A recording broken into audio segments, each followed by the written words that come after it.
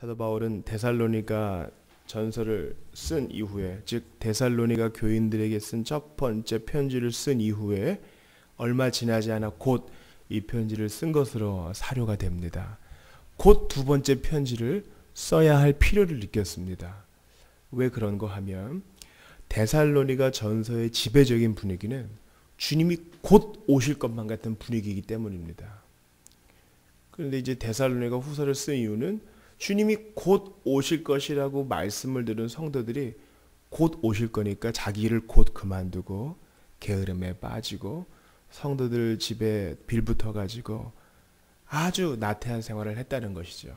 그러니까 잘못된 종말관, 잘못된 주님의 오심에 대한 가르침 때문에, 그리고 거기에 대한 잘못된 해석 때문에 생활이 엉망이 되어버린 것입니다. 그래서 곧 두 번째 편지를 써서 그것을 교정을 해줍니다.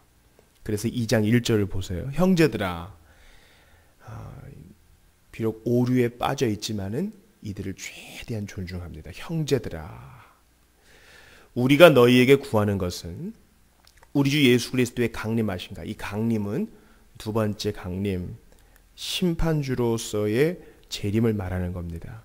강림하신가, 우리가 그 앞에 모임에 관하여.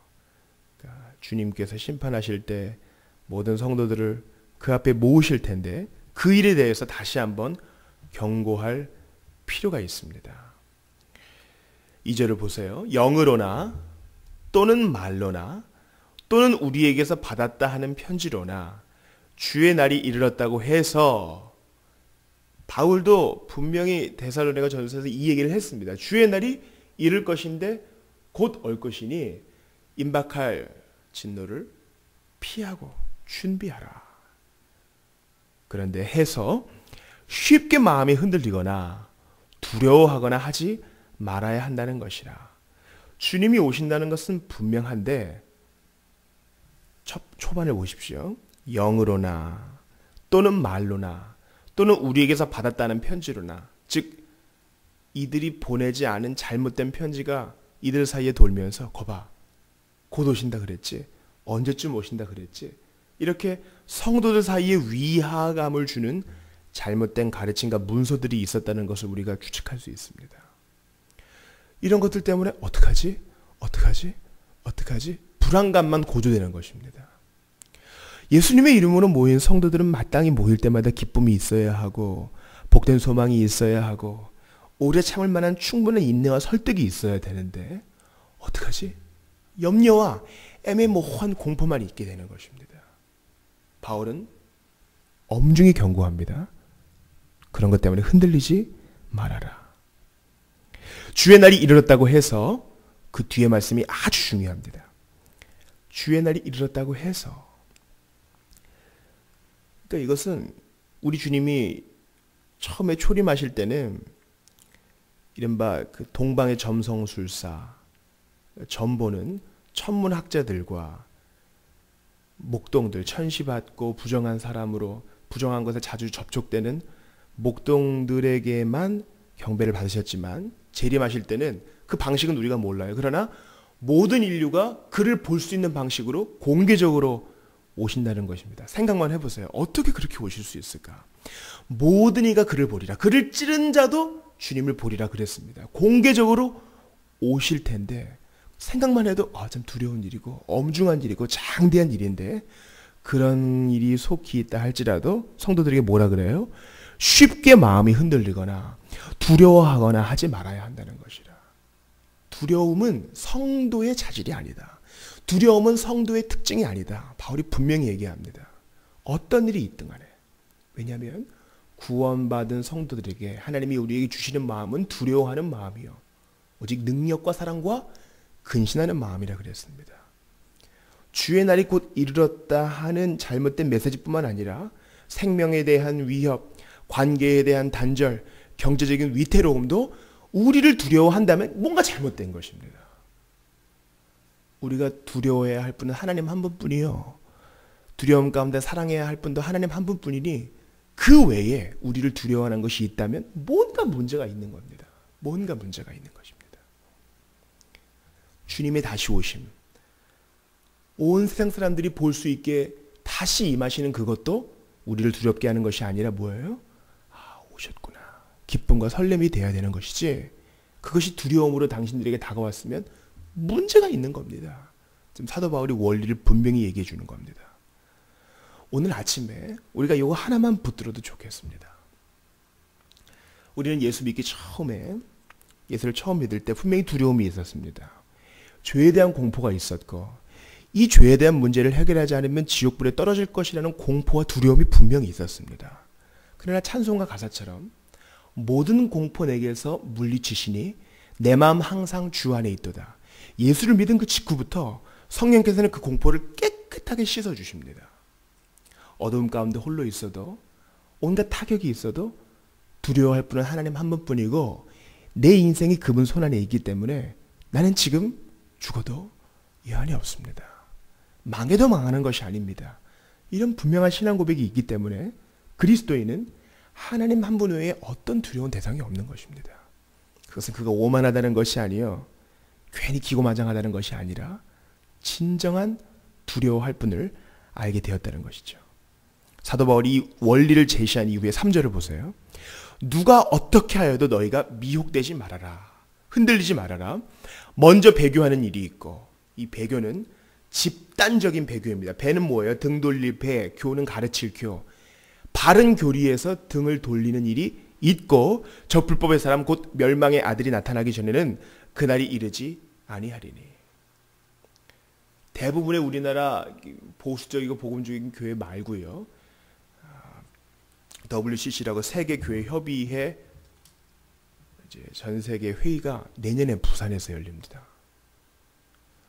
이제 보수적인 모든 교단과 또 우리 교회가 속한 모든 이들은 이것을 거부하죠. 왜 그렇습니까? 바른 교리가 아니라 교제를 먼저 내세우기 때문입니다. 그러니까 잘못된 가르침이 나오는 거예요. 불교나 선도나 원불교나 세계 각지에 있는 어느 곳에서든 나름대로 경건하게 사는 사람은 다 천국에서 만나게 될 것이다. 잘못된 가르침으로 들어가게 되는 것입니다. 아주 애매모호한 그냥 예수는 하나님이시다, 그저 이 정도로만 다 모인 모임이 되어버린 것이죠. 그래서 뭐 하나님은 뭐 여인일 수도 있다, 성경에 나타난 남성 중심적인 표현을 다 바꿔야 된다, 아주 이제 엉뚱한 결론으로 나오게 되는 것입니다.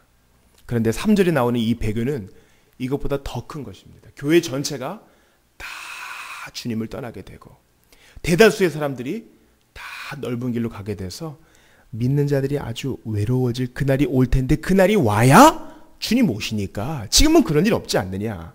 주의 날이 곧 온다는 그런 얘기 때문에 흔들리지 마시고 당신의 직업에서 최선을 다하십시오. 저는 그 얘기를 하는 겁니다. 저 불법의 사람 곧 멸망의 아들이 나타나기 전에는 그날이 이르지 아니하리니. 배교와 불법의 사람 적그리스도는 명백하게 연결이 되어 있습니다. 그는 분명히 양의 탈을 쓴 평화의 사도처럼 행사할 것입니다.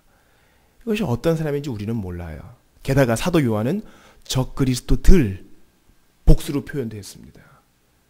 이게 어떤 방식으로 우리에게 와서 아주 평화로운 인자한 미소로 우리로 하여금 신앙을 떠나게 할지는 모르지만, 이런 일이 분명히 있고 난 이후에 주님 오시니까 지금 괜히 헛된 소문 때문에 주님 오실 날을 예비한다고 직업도 내팽개치고 가정도 내팽개치고 그러지 말아라. 지금 그 얘기하는 것입니다.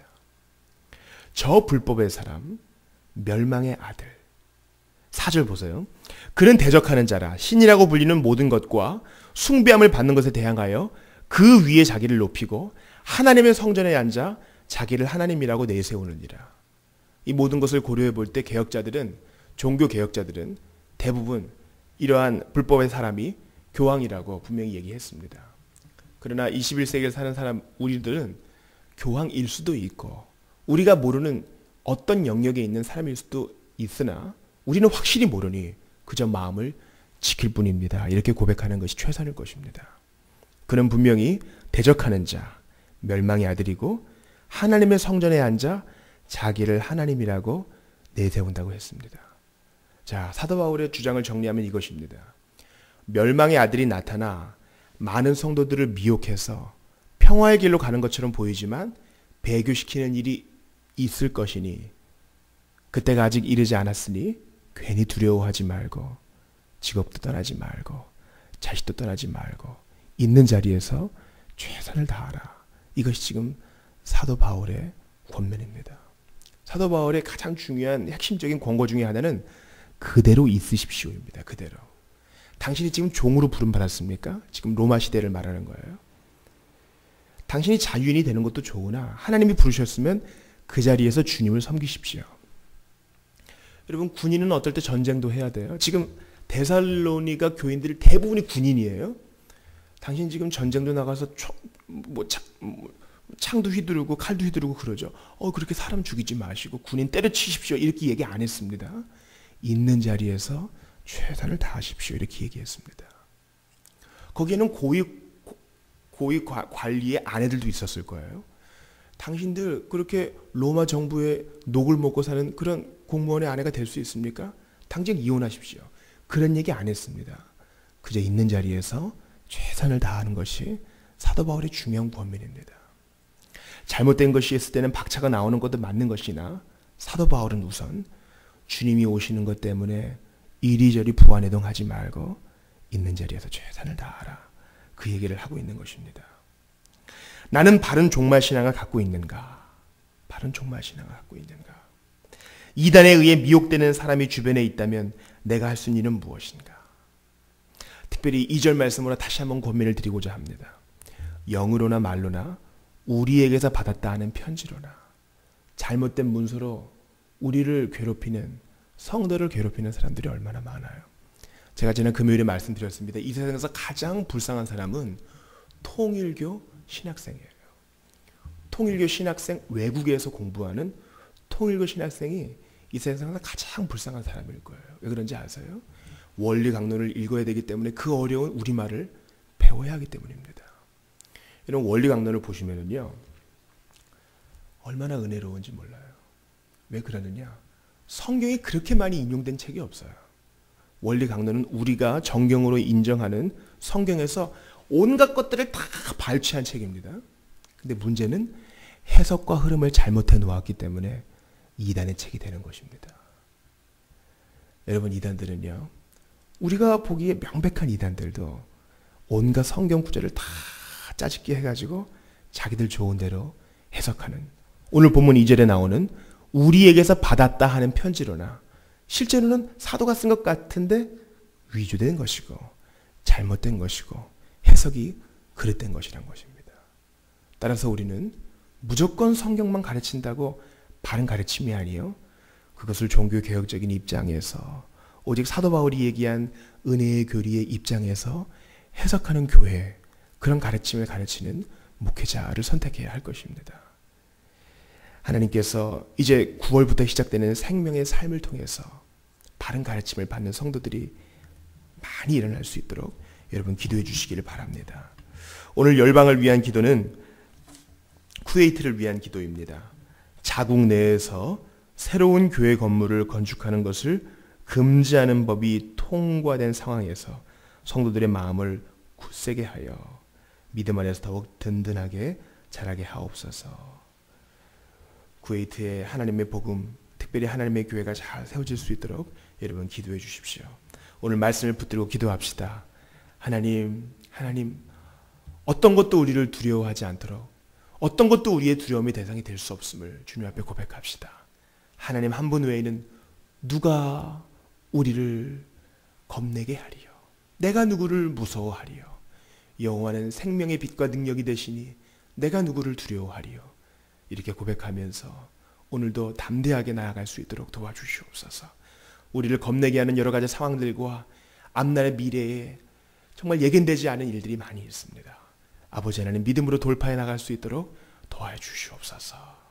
또한 우리 성도들을 위해 기도합시다. 비가 많이 오는 가운데 일상으로 돌아갔습니다. 아버지, 오랫병에서 건져주시고 하나님께서 그 마음 가운데 평안을 허락하여 주시옵소서. 있는 자리에서 최선을 다할 수 있도록 도와주시옵소서. 오늘 말씀 붙들고 쿠웨이트를 위해서, 성도들을 위해서 생명의 삶 가운데 바른 교리의 말씀을 붙들 수 있도록 기도하겠습니다. 하나님 아버지 감사합니다. 데살로니가 교인들에게 주시는 말씀